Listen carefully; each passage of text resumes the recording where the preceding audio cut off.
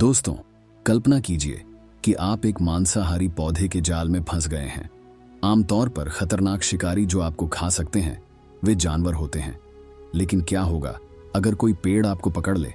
जी हाँ, एक ऐसा पौधा भी है जो दलदली भूमि में रहता है और कीड़ों को खाना पसंद करता है। अगर एक बड़ा वीनस फ्लाई ट्रैप आपको फंसा ले तो क्या होगा? हमारे पिछले वीडियो में हमने देखा कि व्हेल या एनाकोंडा द्वारा निगले जाने पर क्या होता है, लेकिन अब सवाल है कि यह मांसाहारी पौधा आपको कैसे खाएगा। वीनस फ्लाई ट्रैप अपनी ऊर्जा का अधिकांश हिस्सा मिट्टी से प्राप्त करते हैं, लेकिन स्वस्थ रहने के लिए उन्हें हर महीने कुछ कीड़ों को खाना पड़ता है। आप शायद कोई कीड़ा नहीं हैं, लेकिन एक बड़ा फ्लाई ट्रैप शायद अंतर नहीं बता पाएगा। तो यह आपको कैसे खाएगा? वीनस फ्लाई ट्रैप के प्रत्येक पत्ते के अंदर 3 कड़े बाल होते हैं जो स्पर्श के प्रति संवेदनशील होते हैं। जब उन्हें छुआ जाता है तो पौधा थोड़ा उत्तेजित होता है, लेकिन तुरंत बंद नहीं होता है। यदि कोई गंदगी या पत्ता गिरता है तो पौधा इसे अनदेखा कर देगा, लेकिन जब कोई इन बालों को 3 या अधिक बार छूता है, जैसे कि मछली या डर से भरा इंसान, तो उसका मुंह बंद हो जाता है, शिकार को फंसा लेता है। इस फंसाने की क्रिया को थाइगमोनेस्टी कहा जाता है और यह काफी तेज होती है। इस स्थिति में आपको लगभग 12 घंटे तक कैद रखा जाएगा।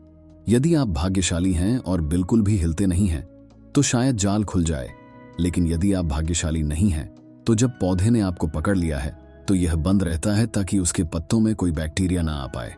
यह आपके चारों ओर कस जाता है और साथ ही एक एंटीसेप्टिक रस भी छोड़ता है जो आपको सड़ने से रोकता है।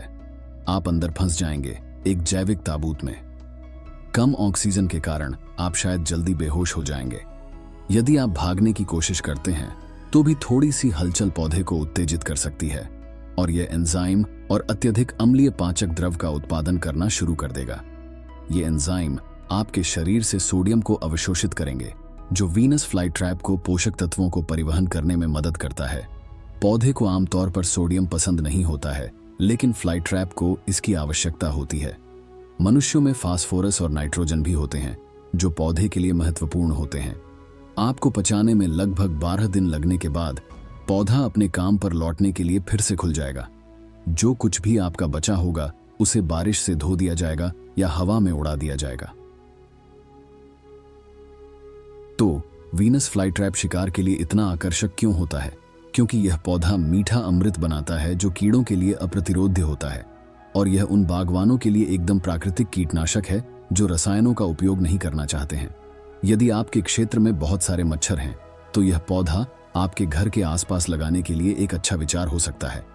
कुछ कंपनियों ने फ्लाई ट्रैप अर्क बेचने की कोशिश की है जो सभी प्रकार की बीमारियों से लड़ने का दावा करते हैं। हालांकि ये दावे ज्यादातर खारिज कर दिए गए हैं, इसलिए चिकित्सा समस्याओं के समाधान के रूप में इस पर भरोसा न करें।